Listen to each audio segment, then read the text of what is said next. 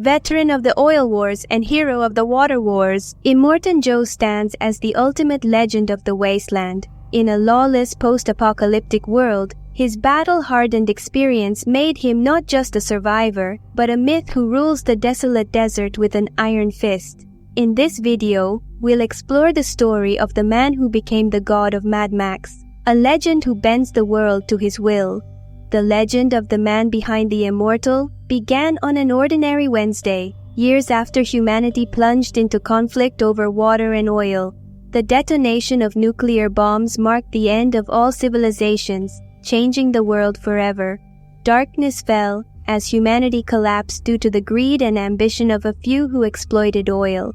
History tells us that the reckless use of fossil fuels polluted the seas and skies, making water the most coveted resource.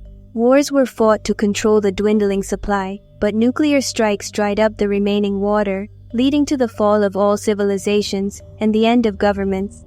Individuals were finally free from the violence and coercion of the state, but it was too late. Immortal Joe's story begins in this context. At that time, the warlord was in Australia, the last remnant of hope and civilization. However, once the light left Sydney due to the nuclear war, the city fell, just as all other cities had before. The old world and its customs were lost, giving way to anarchy where individuals were completely free. But as classical liberals theorize, anarchy is impossible because it also gives freedom to the worst of the society. Ex-convicts, sociopaths, they have free rein to exert violence on other individuals. Immortal Joe was one of them, an extremely violent man shaped by the values of the old world. He earned his place in the oil wars and was even known as a hero of the water wars. But now, in anarchy, he had no choice but to provide for his fellows with quality goods at low prices. Just kidding. Colonel Joe, true to his state-driven nature, offered only violence. Determined to survive as long as possible, Colonel Joe left Sydney to recruit a band of savages he could control. Here, we realize that Colonel Joe knows how to navigate through power. When Joe sets off from Sydney, he has only his two most loyal henchmen, Major Kalashnikov and the cold-brained Deep Dog. But surprise, within a few days of entering the wasteland, he already has an entire gang around him. Joe Maureen turns out to be a leader like no other, capable of meeting the needs of this violent crew as if they were trained dogs. Under his leadership, the clan of brutes attacks other more peaceful groups they encounter, stealing their sleep and peace. As the predatory theory of the state explains, governments arise through conflict among small groups, and in the end, only the most violent survive. Joe is destined to rule. Since his gang hit the scene, no one sleeps at night. With no government or police, no one can stop him. Max Weber explains that governments and the states are the evolution of gangs. Gangs like Colonel Joe Marines. This is the narrative the saga tries to develop. The story of the comic is told by a historian who constantly worries about why humanity's history is always the same, an infinite loop of destruction. No matter what happens, humans always tend to destroy their societies, to the point that even the planet's destruction didn't break the cycle. The state and its violence always emerge. Colonel Joe Maureen is merely building the pillars of his nation. According to Max Weber, states are born from war and conflict. Every government starts as an armed group and ends up calling itself Congress, the guarantors of order and justice. The English crown and its prestigious blue blood are nothing but the blood of violent pirates who conquered what is now England, breeding with women of dubious repute. Joe Maureen knows this well. Power lies in controlling territory and resources. And once there, you can invent whatever you like. Groups with values and dignity become victims of the road of fury. Sooner or later, they encounter Colonel Joe Maureen's gang, which robs them of peace and often their lives. The violence with which they operate is incredible. By this point, his group has no rival. All other groups fall before him. They take the lives of men and their sons, while women and children are taken as prisoners. In just a few months, Joe Maureen's gang has grown into a formidable army. By now, there's no turning back. Like all great tyrants, Colonel Joe has only two paths: the absolute domination of his society or a trip to the afterlife. Water is his main challenge. The resource has become so scarce that Joe's forces are desperate for it. The areas around Sydney no longer offer anything to the band. Joe's only solution is to expand his territory and venture deeper into the darkness of the wasteland, a barren environment where the worst remnants of the old world reside. The further he ventures, the more likely he is to encounter a group as violent as his own. But this doesn't faze Joe. He knows that the control over his violent regime is born from and sustained by war. That very afternoon, Joe encounters the first group in the wasteland. He orders his men to initiate a battle and seize all the water the group possesses. The conflict is easily won by Joe's forces, but the defeated group has no water. Desperate, Joe decides to interrogate one of the survivors, an obese man who claims to know of a nearly infinite water source, an aquifer with 24,000 cubic kilometers of water just 2 days away. Humans can survive up to 2 months without food, but without water, we last less than 5 days. If Joe wants to maintain his dominance, he must find this resource immediately. Securing this water source would solidify his power as a future tyrant. Trusting the survivors' words, Joe takes a leap of faith. The man leads them to the legendary rock, which indeed sits atop an aquifer with enough water to sustain many lifetimes.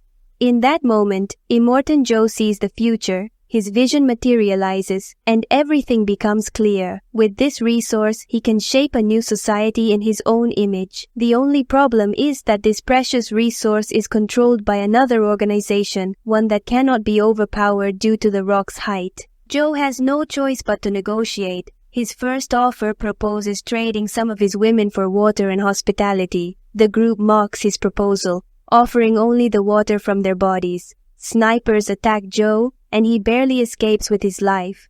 Joe's army lays siege to the rock while his scouts discover an oil refinery to the north and an abandoned lead mine to the west, but there's no sign of water. Desperate times call for desperate measures. Joe orders some of his men to scale the rock, a seemingly impossible task. Only a small part of the rock is accessible, but this is a ploy to test the enemy's defenses. His men are massacred, but Joe manages to map out the enemy's firing lines. Colonel Joe has the solution in his mind. Thanks to his military experience, he recalls the tale of his Persian general Tanaji Malusare, who accomplished the impossible by capturing an impregnable fortress for his king. If this Persian subordinate could do it, nothing can stop Colonel Joe. According to Joe, achieving the impossible requires a crazy idea and the will to follow through. Tanaji is the man for this task. His general used a pet lizard to scale the rock, and to motivate the lizard, Tanaji had to sacrifice its own finger. During the night, several men used the lines to climb the rock. Once there, the real battle begins. Joe's attack involves 2 groups, one from below to distract the defenses, and the other, those who scaled the rock, to flank the enemy. However, nothing is decided. The defenders have an ace up their sleeve. They detonate C4 charges, blowing up the bridge connecting the 2 rocks. This forces the bulk of Joe's forces to retreat, leaving no way to follow their colonel. For days, these men witness the defenders displaying the bodies of their comrades while they themselves suffer from thirst. Defeat sets in, and they are left with no choice but to flee, hoping to survive the harsh conditions of the wasteland. However, halfway through, they see smoke rising from the rock. When they return, they are greeted by the victorious image of their leader. Against all odds, the mythical Colonel Joe turned a humiliating defeat into a glorious victory. From death, he brought resurrection to his people. His followers can only conclude that he is truly immortal. Thus, the violent tribe declares him Joe the Immortal. In the desperation of the wasteland, these vulnerable and weak men need a figure to admire. This is how a legend is born. Joe the Immortal, the man who brings victory from defeat and resurrection from death. The myth of Joe the Immortal spreads far and wide across the wasteland. Every tyrannical movement relies on myth to survive, creating a cult of personality around the leader. Leaders like Kim Jong-un in North Korea, Fidel Castro in Cuba, and Hugo Chavez in Venezuela have used this formula to become tyrants who enslave their populations. The mythification of the leader is a tool for legitimization and control, ensuring the loyalty of their people. It's no coincidence that North Koreans believe their leader doesn't need to use the bathroom and that Hugo Chavez's will was supposedly passed on to Maduro through a little bird. The mythification of Colonel Joe dooms his people to tyranny. Immortal Joe, like all tyrants, is highly capable. Under his leadership, he builds an entire city on the rock, with robust systems that draw water from the aquifer and use it for hydroponic farming to produce food. He also rewards the men who helped him rise to power. The obese man who led him to the aquifer is made the guardian of the northern refinery, now known as Gas Town. The refinery is set up to produce gasoline for Joe's army, repeating humanity's cycle of destruction through war and the reckless use of resources. Similarly, the abandoned lead mine is transformed into a bullet factory, overseen by Major Kalashnikov, a loyal follower from Joe's old world wars. This combination of territories gives Immortal Joe a monopoly on force. Thus, the most prosperous government in the wasteland is born, attracting thousands of survivors hoping to find refuge and aid. These naive souls, dazzled by the myth of Immortal Joe, don't realize they are digging their own graves. Turning to a tyrant only leads to ruin. The few who rise in his hierarchy live as slaves, with short lives spent performing menial tasks like hamsters or as lactating women. The only ones who live with relative comfort are the young recruits for his army, who build his cars and risk their lives to find new communities for their leader. Immortal Joe is more than a leader, he is a religion. The war boys are deceived with a twisted version of Norse mythology. When the cities fell, all history books were burned, allowing Immortal Joe to rewrite history and shape his religion. He is not just a man who cannot die. He is the judge who decides who enters the promised land of Valhalla, a place for any war boy who dies with honor and dignity serving the cause. In Valhalla, the war boys drive for eternity alongside their leader, shiny and chrome in the afterlife. Meanwhile, in the here and now, the only ones enjoying the resources are Colonel Joe and his most loyal men. Governments and states lacking real existence tend to imitate religious behaviors. This is why national anthems make us stand and salute, much like religions have us show reverence to their sacred symbols. In Joe's Wasteland community, the sacred symbol is Immortal Joe, worshipped as a god. The tale of his conquest of the rock is embellished with biblical elements. This proven formula means it only takes a few years for Joe's tyrannical regime to have solid foundations. The young adore him as both a father and a savior, regularly listening to his sacred word. They even have a gesture expressing their devotion to the sanctity of Immortal Joe. The myth of Joe the Immortal spreads across the wasteland, cementing his rule through fear, reverence, and the promise of salvation. His regime thrives on the desperation of the people, turning their need for hope into a tool of oppression. As long as the legend of Joe the Immortal endures, so too does his tyranny. Among these young followers is Nux, who was once a baby with the best parents in history. They were pure of heart and filled with kindness, hoping to build a different world for their son, a world worth living in. Their love was so immense that it symbolized a revolution against the cruelty of this dystopian world. Every resource Nux's father managed to obtain through his ingenuity was shared with those in need. Unfortunately, when it comes to governments and states, people with good hearts never reach power. Nux's father, like many others, made his way to the citadel, hoping it was the promised land that the legend of Immortal Joe touted. There, with nothing to eat or drink, his only opportunity lay in high-risk activities where only the strongest survived.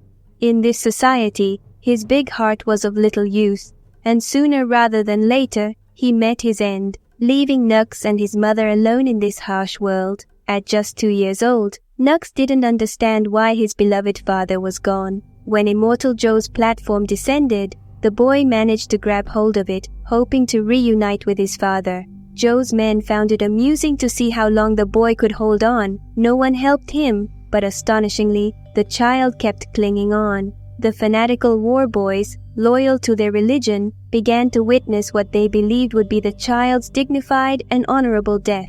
His endurance was unprecedented, and just when the child's fragile grip gave out, a guard caught him. Nux earned the love and idolization of the war boys, who baptized him with the name Nux, meaning a hard nut to crack.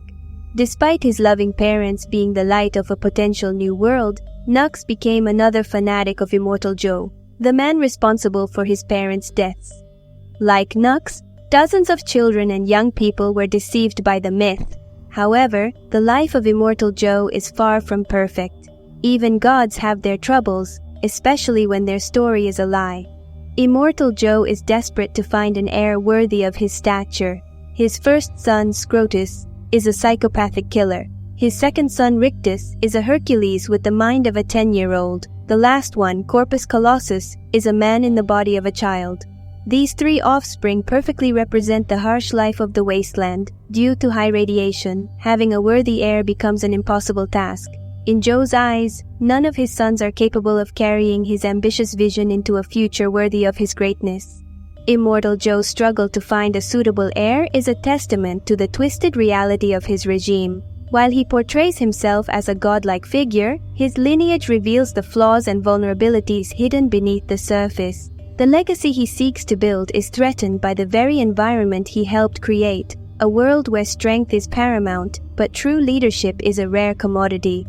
Despite his iron grip on power, Joe's desperation for a worthy successor underscores the inherent instability of his rule. Desperate to find an heir, Immortal Joe poured all his resources into building a vault with pure water and clean air, a secure oasis, hermetically sealed, called the Dome.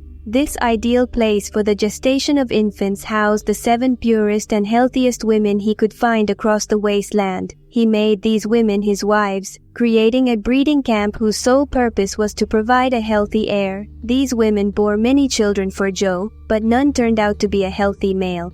As time passed, failure after failure led to the women being discarded. 3 strikes meant their exile from the Dome. By this point, the tyrant's power was so firmly established that this was his only concern. While thousands of men, women, and children perished, praying to Immortal Joe, he diverted all resources to ensure his wives continued to give birth. Like all socialist leaders, Immortal Joe was a sociopath whose sole objective was to repopulate the world in his own image. No precaution was too great to ensure that his male heirs would come into this world. Joe's obsession with his future was so intense that it led to his first mistake, the boredom of his wives. This boredom made them prone to depression and mental issues. To mitigate this, the tyrant decided to provide them with education, books, music, and even a history teacher known as Miss Giddy, whose role was that of a conservator of knowledge. Thanks to her knowledge of the old world, Miss Giddy was a dissident, whose wisdom would become the spark that ignited the rebellion against the tyrannical regime. But until that time, the women continued to endure the procedures Joe had determined for them. Life for Joe's wives is pure torture. They endure constant checkups to determine when they're ovulating, all conducted by the organic mechanic, a twisted man who takes pleasure in examining them. And he's not alone. During one of these checkups, Joe's middle son tried to assault one of the wives. Joe knows he's not omnipresent or omnipotent, so he needs someone to protect his wives from his own men. It's at this moment that Furiosa enters the scene, one of his most skilled commanders, holding the rank of Imperator, the highest distinction in Joe's army. Now her mission is to protect the wives, but Furiosa has other plans. She was kidnapped along with her mother from a place called the Greenlands of Many Mothers, east of the Citadel. Her mother died, and Furiosa climbed the ranks with a singular goal, to take revenge on Joe. Before she's ready to strike, Furiosa witnesses the torment of being one of Joe's wives. For 2 whole days, the women are at the mercy of whatever Joe wants. And to make matters worse, Angharad gets pregnant. Despite their hatred for Joe, none of the wives have dared to show it. This gives Joe a false sense of security. The only person he somewhat distrusts is Miss Giddy, who seems harmless. Confident, Joe orders a quarantine for Angharad to ensure her pregnancy goes smoothly. But that night, Furiosa stops an assassination attempt by Angharad against his own son. Betrayal never comes from an enemy, right? This is just the first of many betrayals. A few days later, Joe visits his wives again. Everything seems perfect for him. Furiosa remains loyal and disciplined in his presence, even when one wife rebels. This shocks Joe to his core. He can't believe how ungrateful they are. He gave them freedom, refuge, water, clean air, books, music, and even a historian to teach them, along with his best warrior for protection. Yet, there isn't a hint of gratitude. Due to his wife's rebellion, Joe punishes her personally. A few days later, he returns with chastity belts for all the wives. Immortal Joe will not tolerate even a hint of rebellion. With these belts, Furiosa is no longer needed in the Domo, and any hope of escape dies with her departure. For her loyal service, Furiosa is rewarded with a new war rig, a platform that will eventually be used to bring Joe's tyranny to an end. Furiosa's presence has left a mark on the young women, who now unite as sisters with a single goal, to overcome their fear and find a way out of the Domo. This sets the stage for the events of Mad Max, Fury Road, where Immortal Joe prepares to deliver water to his people, while Furiosa readies herself for a routine trip to Gastown. The immortal god addresses his people, promising to drive with them in the afterlife. He releases the water, only to shut it off seconds later to prevent them from becoming dependent. Furiosa begins her journey, but deviates east halfway through. Unfortunately, Joe's youngest son has nothing better to do and observes the convoy's route through a telescope. He alerts his father. Joe immediately understands the betrayal. He rushes to the Domo where he confirms his suspicions. His precious wives and unborn child have been taken by Furiosa. The only one left is Miss Giddy, who fails in her attempt to shoot Joe, because Miss Giddy never fired a weapon before. Immortal Joe quickly assembles a battalion to pursue Furiosa. The war boys are informed of the Emperor's betrayal. Here is where the news hits Nux, the chosen one, who now has a new blood bag. True to his style, Immortal Joe mobilizes all his resources to reclaim his wives. His men are fanatics of the cause, eager to die on this mission to be witnessed by Joe himself. The expedition quickly catches up to Furiosa's convoy, but a fortuitous storm threatens to separate the two groups. Fear and wives are luxuries Joe cannot afford, so he doesn't hesitate to risk his entire army to follow the convoy. Nux is the only war boy with enough skill to keep up with the war rig's pace. However, his epic sacrifice is interrupted by his blood bag. After the storm, Immortal Joe regroups his army and continues the pursuit against Furiosa's group, who now have a 5-minute head start. But Joe is reinforced with his loyal followers. The Guardian of Gastown comes to his aid, as well as Major Kalashnikov from the Bullet Farm. The entire military force gathers to stop Furiosa's convoy. Despite his frustration, Joe remains confident that the ex-Imperator won't escape the chase. However, Immortal Joe's omnipresence overlooks the fact that Furiosa has been planning this for decades. That's why she has struck a deal with another group of bandits to block the path in exchange for the 10,000 liters of gasoline she brings from Gastown. Even though Furiosa doesn't have the gasoline, the bandits decide to block the path anyway. Immortal Joe is forced to continue his pursuit with only the men in his vehicle, where Rux has the honor of joining, being the only one who managed to make contact with the wives during the storm. As his army clears the way, the colonel relives old times when everything depended on his battlefield prowess. However, the man no longer possesses the physical abilities he once had, as Immortal Joe's physique has greatly diminished due to radiation from the detonation of atomic bombs. The success of Immortal Joe relies on his men believing his lies. When Joe's skillful driving catches up to the convoy, his line of fire is blocked by one of his wives, the most precious of them all, who carries his future heir in her belly. The only way to stop the convoy without harming the wives is to board it by force, but despite being an omnipotent god, Joe's physical condition isn't up to the task. So he has no choice but to blindly trust in Nux's ability. The tyrant hands him his personal weapon, and the boy can't believe the honor bestowed upon him. Not only does he wield his god's weapon, but Joe also promises that he himself will be waiting in Valhalla to carry the young man through its gates. And here's the best part of the saga. Nux responds in his naivety that he'll be waiting. The boy is about to give his life for the cause, because if Immortal Joe says that, it means the legend is already waiting for him in the afterlife. That means he's going to die before Nux, which will never happen because Joe is immortal. That religion has more contradictions than a vegetarian at a barbecue. Marveling at the situation, Nux doesn't have time to think about the contradiction in the statement. The boy is groomed by the immortal himself, and if you're wondering why they paint their lips before sacrificing themselves, it's because according to the scriptures, Valhalla is a paradise where the war boys drive shiny chrome cars for eternity, something that doesn't exist in the wasteland. By painting their lips, they ensure they have that luxury for all eternity. Nux's sacrifice begins while Immortal Joe witnesses it, witnessing that even his religion has its limits. In an almost divine event, Nux gets stuck with his own chain, and during the fall, he loses the weapon he could use to stop the truck. The event embarrasses the boy to the depths of his soul. His god saw him fail. Meanwhile, Immortal Joe has no choice but to stop the truck by his own means. Here we discover how unchecked ambition can ruin the lives of even those with the most political power and resources. Immortal tries to use his vehicle to stop the convoy, but during this moment, his son manages to immobilize the vehicle's steering.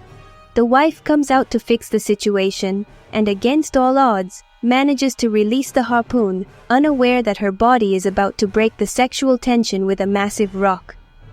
Immortal Joe warns her of the situation, and miraculously the girl manages to dodge the collision.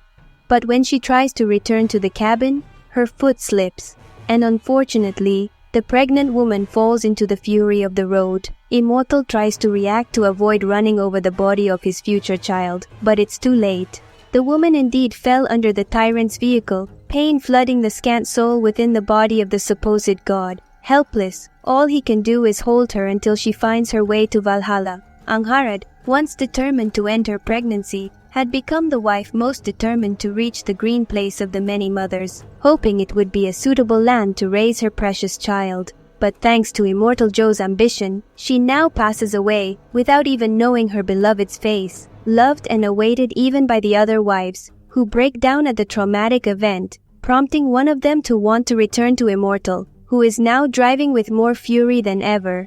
But don't feel sorry for Immortal. The guy is unhinged, and he's about to prove it. As night falls, the convoy ventures into muddy territory, and many of its tires need changing. The skilled bloodbag uses these conditions to set mines that blow up the armada cars, halting the furious march. There, Immortal Joe must listen as his partner, the obese man, berates him for all the resources burned in the fateful pursuit. However, what truly matters to Joe is the condition of his beloved wife. Well, actually, his future child. The woman is still alive, barely breathing, but there's no sound from her belly. Immortal Joe orders the child to be extracted. Angharad dies in the process, and Immortal Joe confirms that his heir was a 100% viable and healthy man. The heir the legend has been seeking for years. With just one more month of gestation, the child could have continued his life in the wasteland, ensuring the tyrant's legacy. Now, Immortal Joe has no choice but to hope to start anew, and for that, he needs to retrieve his other wives. However, his next encounter with the convoy brings a powerful revelation. Furiosa unexpectedly returns to the citadel, not to surrender or ask for mercy, but to conquer the rock. Immortal Joe is aware that only the youngest war boys remain at the site, incapable of properly defending their paradise. However, the resilience of socialist tyrannies is so strong that only a miracle can stop them. It's practically impossible for Furiosa to reach the citadel before Immortal Joe's army destroys her. The woman is reinforced by the few mothers she found in the supposed green place, which, due to radiation, turned into the muddy terrain we saw earlier. These women were once free souls, but, due to conflicts with other more violent groups, they are on the verge of extinction. The many mothers are now only 6, ready to give their lives for the cause. The two groups clash in the final chase, where both suffer multiple casualties. Before reaching the narrow canyon, Immortal Joe manages to retrieve one of his wives. His son takes charge of the blood bag, while his last emperor confronts Furiosa. Both battles seem to go well for the tyrant until Nux intervenes in both, causing Furiosa to gain access to the tyrant. Using her mechanical arm, she removes Immortal Joe's artificial respirator, a death that is neither dignified nor honorable. Poetically, the gates of Valhalla will not open for the legend of Immortal, nor for his followers who are trapped in the devastating desert after Nux sacrifices his life to block their path. The lifeless body of Immortal Joe is taken to the citadel, where the masses and the few remaining warboys witness that the legend of Immortal Joe is nothing but a lie. Far from protecting the body of their supposed god, the people divide it into multiple portions to defile it. Furiosa rises as the new supreme leader, and the young warboys approve of her ascent. Furiosa's government is very different from her predecessors. She is pure of heart, and her will is to share resources with her people. A new society is born where everyone is equal. The comics are narrated from this new world. The dome is used to teach history to the new children in the hope that this dark era will never repeat itself. Meanwhile, the rock was adapted so that water flows for everyone through a river. In Furiosa's vision, everyone is indeed equal, and everyone is fed by her government. However, this vision is not in line with human action. Sooner rather than later, power intrigues will cause Furiosa to be overthrown, and everything will return to how it was before.